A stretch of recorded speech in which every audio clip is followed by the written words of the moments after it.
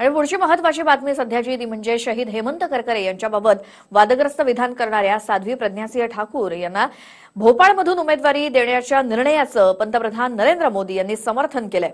महाराष्ट्राच्या दहशतवाद विरोधी पथकाचे प्रमुख हेमंत करकरे हे माझ्याच शापामुळे दहशतवादी हल्ल्यात मारले गेले असं धक्कादायक विधान मालेगाव बॉम्बस्फोटातील आरोपी आणि भाजपचे भोपाळमधील उमेदवार प्रज्ञासिंह ठाकूर यांनी एका सभेत केलं आणि वाद निर्माण झाला।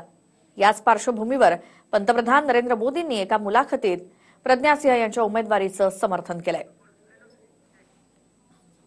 नहीं लगता नहीं है, पर क्या होता है षड्यंत्रकारी कितनी हद तक जाते हैं, परिणाम जो भी आए बाद की बात है, लेकिन इतनी हद तक जाते हैं वो कि 9 वर्षों तक जो मैंने झेला है, परिणाम जो आया वो आपके समक्ष है कि मुझे क्लीन चिट दी गई जांच एजेंसी के द्वारा, लेकिन 9 वर्षों तक उन्होंने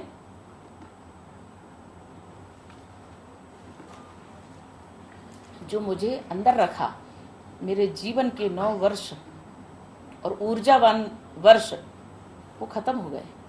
तो इस प्रकार से ये हो सकता है षड्यंत्र कर रहे हैं। 70 वर्षों के शासन काल में इन्होंने कैसे कैसे लोगों को स्थापित करके रखा है षड्यंत्र को सफल करने के लिए, तो निश्चित रूप से उसका असर कुछ भी हो सकता है, लेकिन जो सत्य है वह सत्य कहीं भी रह करके सत्य ही रहेगा। अभी तय कि आप संभल के बयान देंगे? नहीं, मैं कभी असंभल के बयान नहीं देती, कभी भी मैं ना समझी का बयान नहीं देती, ना ही मैं कोई अनर्गल प्रलाप करती हूँ। मैं जो है सो बोलती हूँ। दीदी उमा भारती जी ने राजनीति से अलग होने को धीरे धीरे कहा है और चुनाव लड़ने की बात कही है। उसके बाद आप जो है यहाँ पर आई हैं, तो क्या आप उमा भारती के विकल्प के रूप में? वो मेरी दीदी हैं, वो मेरी दीदी हैं, मुझे उंगली पकड़ के वो चलाती हैं। आपने कभी सीन देखे होंगे, मीडिया में भी हैं। वो मुझे उंगली पकड़ के लेके चलती हैं और मैं पीड़ित हूँ। वो उस दिन मेरी उनसे बात हुई, उन्होंने कहा अब आज आपको घोषित किया गया है आपका नाम, आज से आज की तारीख मैं आज का दिन हमेशा याद रखूंगी। इससे बड़ी खुशी हमारे लिए और कुछ हो ही नहीं सकती। दीदी आप दिग्विजय सिंह नॉमिनेशन भर रहे हैं, क्या कहना चाहेंगे? आपके प्रतिनिधि हैं, तो अपनी अपनी प्रक्रिया है, करने दो उनके लिए कुछ, बल्कि कैसे कैंडिडेट मजबूत दिखाई दे रहा है? जनता के बीच में आप लगातार जा रही हैं, कैसा आपको जन समर्थन मिल रहा है, क्या लग रहा है? बिल्कुल सभी मेरे पक्ष में।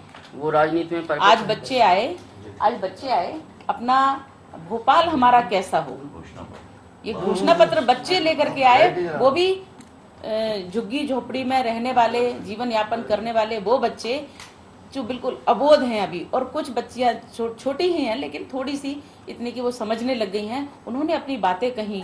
महिलाएं जो है ना वो भी पीड़ित हैं, उन्होंने अपनी बात कही।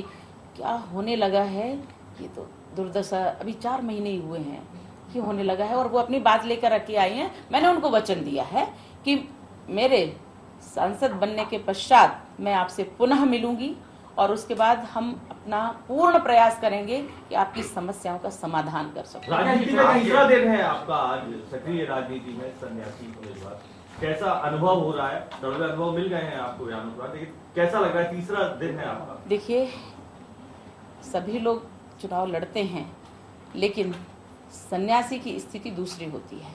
वो निकल पड़ता है कार्य के लिए, कर्म के लिए, ना वो सुख अनुभव करता है ना दुख अनुभव करता है। वो तो अपने कर्म में लीन रहता है, और जहाँ सत्य कर्म में लीन होता है वहाँ निश्चित रूप से आप उसको देख सकते हैं। हम तो चलते रहते हैं। महिषासुर का एक बयान आया है, जब आप अपना भाषण दे रही थी उसमें आप कह रही थी कि कोशिश हो रही है आपकी जमानत रद्द कराने की। हो गया प्रश्न हो गया ये सर। वो दीदी एक बयान और एक आपका आया, महिषासुर मर्दिनी बन के आई, किस संदर्भ में कहा गया? ये हमारे शास्त्रों का कथन है कि जब जब राक्षसी वृत्तियां बढ़ी हैं, धरती पर अनाचार अत्याचार बढ़े हैं, मानवीयता पर संकट आए हैं और सुशासन पर संकट आए हैं, धरती पर अत्याचार जो संकट आए हैं, उनका मर्दन करने, जो राक्षसी वृत्तियां हैं उनका मर्दन करने के लिए स्वयं देवियों ने कई रूप लिए हैं। तो दिग्विजय सिंह को और कई रूप लेकर के उन्होंने उनका संहार किया है। ये हम जब युक्तियां देते हैं ना, युक्तियां जब हम देते हैं तो हमारे शास्त्रों की होती है। वादग्रस्त विधान करकरेंबद्दल केल्यानंतर पत्रकारांच्या प्रश्नांना उत्तर देत आहेत साध्वी प्रज्ञासिंह, आणि त्या म्हणतात माझ्या आयुष्यातली ऊर्जावान 9 वर्ष वाया गेली कारण मी आतमध्ये होते आणि माझ्या विरोधातलं हे षडयंत्र आहे। आणि आता पाहूयात ग्राफिक्सच्या माध्यमातून नेमकं मोदी काय म्हणालेत. प्रज्ञासिंह ठाकूरांच्या पाठीशी असल्याचं त्यांनी सांगितलंय. जगात गेल्या 5000 वर्षांपासून ज्या महान संस्कृती आणि परंपरेनं वसुधैव कुटुंबकम हा संदेश दिला, सर्वे भवतु सुखिनः हा संदेश दिला, ज्या संस्कृतीनं एकम सद्विप्रहा बहुधा वदंती हा संदेश दिला, त्या संस्कृतीला तुम्ही म्हणजेच काँग्रेसचे नेते दहशतवाद ठरवून मोकळे झालात. या सर्वांना उत्तर देण्यासाठी प्रज्ञासिंह यांना उमेदवारी देणं हे एक प्रतीक असून काँग्रेसला हे आरोप महागात पडणार आहेत, असं प्रज्ञासिंह ठाकूर यांच्या वादग्रस्त विधानानंतर पंतप्रधान मोदी म्हणालेत.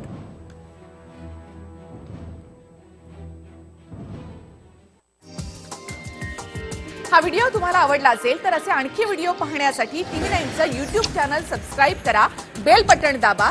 ताज्या घडामोडींसाठी लॉग ऑन करा tv9marathi.com.